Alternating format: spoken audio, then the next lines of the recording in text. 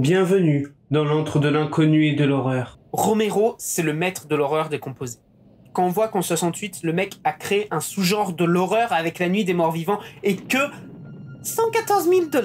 Mais il n'est pas seul. Si je vous dis réalisateur de renommée mondiale qui a créé des classiques en termes d'horreur, vous pensez à Craven? Non. Parker? Toujours pas. Gordon? Usna? Band? Nope. King? Voyons. On parle de King? Attendez. Ah ouais, c'est vrai. Ces films sont pas ouf. Ce sont les autres qui font les meilleurs films de ces œuvres.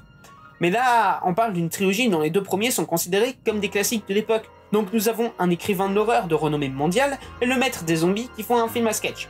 Est-ce que c'est bien? Mais je ne suis pas fan honnêtement. Et c'est dommage. Surtout avec tout ce qu'il y a autour du personnage du conteur du premier film. Car cette vidéo va en effet parler de Creepshow, mais j'ai peut-être un peu menti car ça ne sera pas principalement de ses films. Mais vous verrez ça plus tard.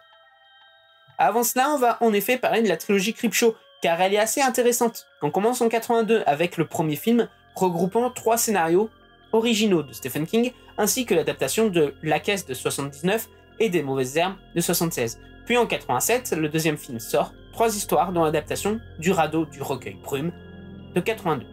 Enfin, en 2006, sort le dernier film qui est merdique à souhait et qui en plus n'a rien à voir avec les deux premiers. Donc on le supprime car bon, les films inintéressants, ça va 2 minutes. J'efface donc le 3 de ma mémoire et de ma vidéo.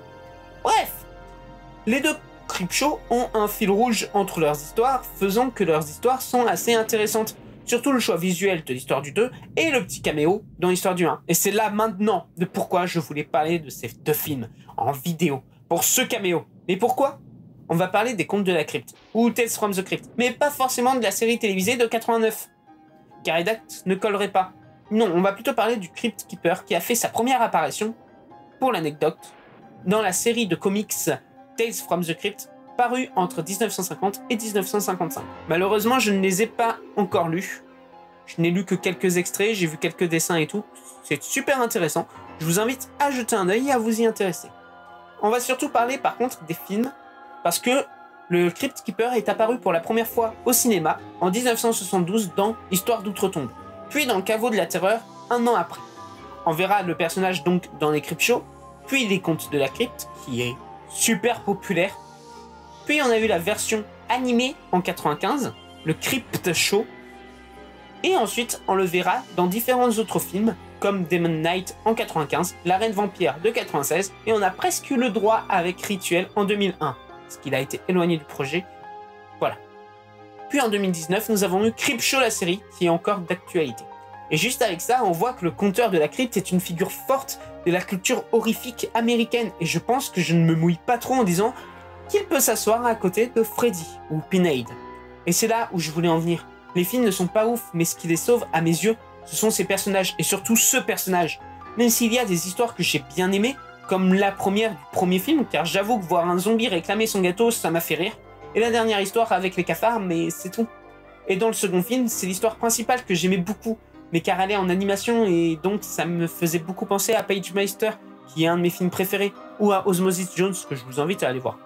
Ouais, c'est tout. Les films Creepshow présentent des défauts qui compromettent leur impact. Les transitions abruptes et l'incohérence narrative créent une expérience décousue, difficile à suivre pour les spectateurs. Malgré des éléments prometteurs, l'ensemble peut sembler disjoint et manquer de fluidité.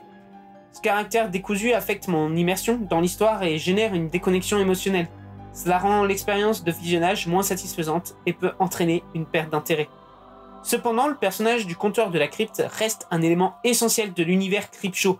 Sa présence récurrente dans divers médias témoigne de son importance dans la culture horrifique. Son rôle en tant que guide à travers les histoires macabres et son esthétique distincte contribuent à créer une atmosphère unique et mémorable. Et si je voulais parler de ces films, c'était pour évoquer la série éponyme qui est encore en cours avec 4 saisons disponibles et en tout 24 épisodes, ayant chacun 2 histoires et en plus de ça, 2 épisodes spéciaux. J'ai beaucoup aimé cette série et j'en trouvais intéressant d'en parler. Mais je ne peux pas trop en parler car j'en ai déjà parlé dans la vidéo sur les formats de l'horreur. Donc pourquoi en reparler? Eh bien pourquoi pas?